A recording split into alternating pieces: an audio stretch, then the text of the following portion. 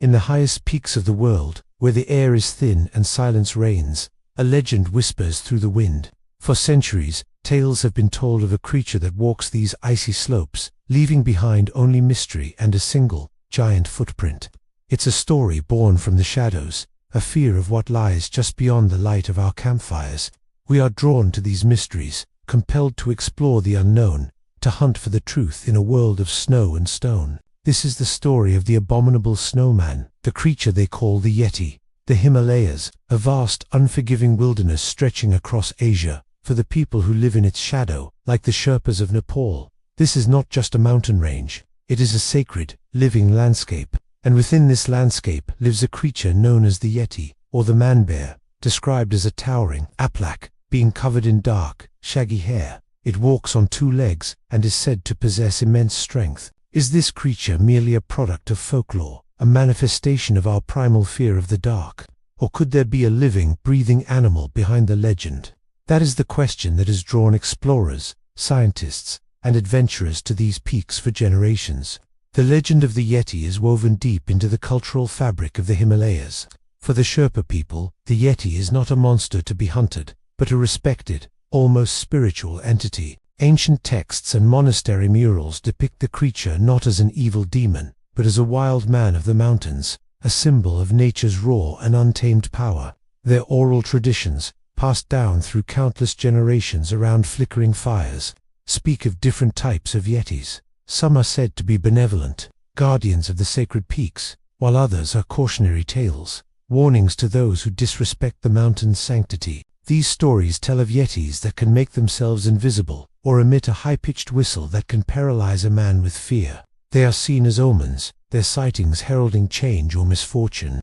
Monasteries across the region claim to hold physical relic scalps and skeletal hands believed to belong to the creature. Though later scientific analysis would challenge their origin, these artifacts have fueled the belief for centuries. For the people here, the Yeti is not a myth. It is a part of their world, a reminder that humanity does not hold dominion over every corner of the earth. The stories are not just stories, they are a living history, as real as the rock and ice that surround them. But the legend of the Yeti is not confined to ancient folklore. It echoes in the chilling testimonies of those who have ventured into its supposed territory. In 1951, the renowned British mountaineer Eric Shipton was attempting to scale Mount Everest when he stumbled upon something that would change the course of the legend forever. There, imprinted in the fresh snow at 19,000 feet, was a line of enormous, human-like footprints. He photographed them, and the images went viral, capturing the world's imagination. This was not a story from a distant past. This was tangible evidence, something that could be seen and measured. Since then, countless others have come forward with their own terrifying encounters.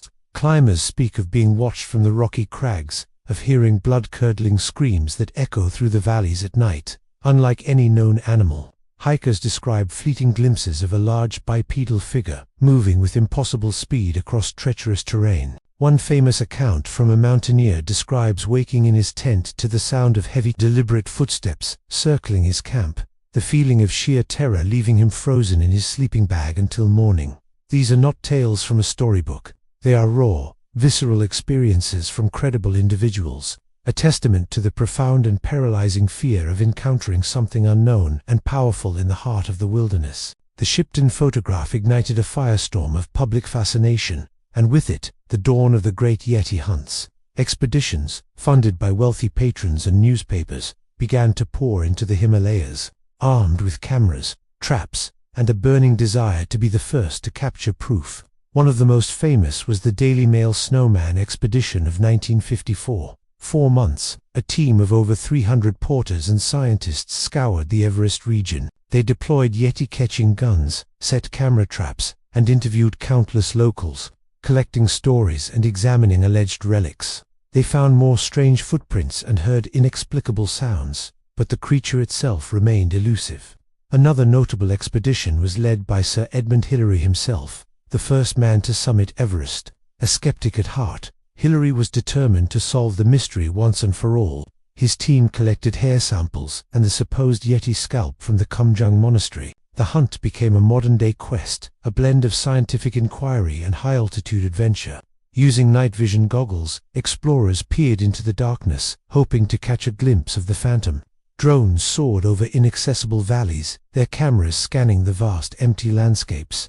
Each new footprint discovery, each strange audio recording, only deepened the mystery. The hunt for the Yeti became a hunt for a ghost, a chase through one of the most hostile environments on Earth, where the line between reality and illusion is as thin as the mountain air.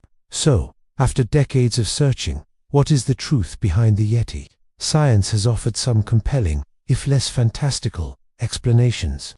In 2017, a comprehensive DNA analysis was conducted on 9 different samples collected from alleged Yeti remains, including hair, bone, skin, and fecal matter. The results were conclusive. 8 of the 9 samples were traced back to known local animals, the Himalayan brown bear and the Tibetan blue bear. The famous Kumjung scalp, long revered as a Yeti relic, was found to be made from the hide of a siro, a type of goat antelope.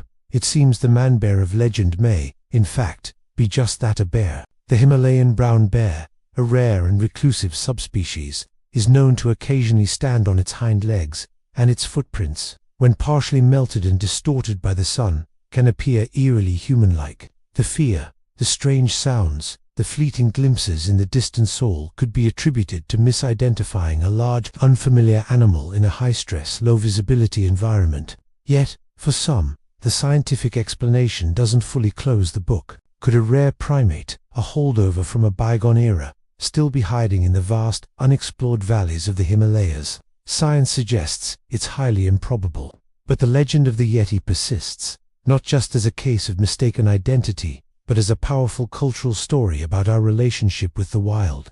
In the end, the search for the Yeti tells us more about ourselves than it does about any undiscovered creature. It speaks to our enduring fascination with the unknown, our need for mystery in a world that is increasingly mapped and explained. Perhaps the Yeti doesn't need to be captured or proven to be real. Its power lies in the story, in the shadow it casts on the edge of our world. The legend keeps the spirit of the wild alive, reminding us that there are still places on this planet that are untamed, powerful, and beyond our complete understanding. As the sun sets over the colossal peaks of the Himalayas, the mountains keep their secrets, the wind whispers its ancient tales, and the mystery of the Yeti endures. What do you believe? Is it a myth, a misidentified bear, or something else entirely? Let us know in the comments below. Thanks for watching, and don't forget to subscribe for more journeys into the unknown.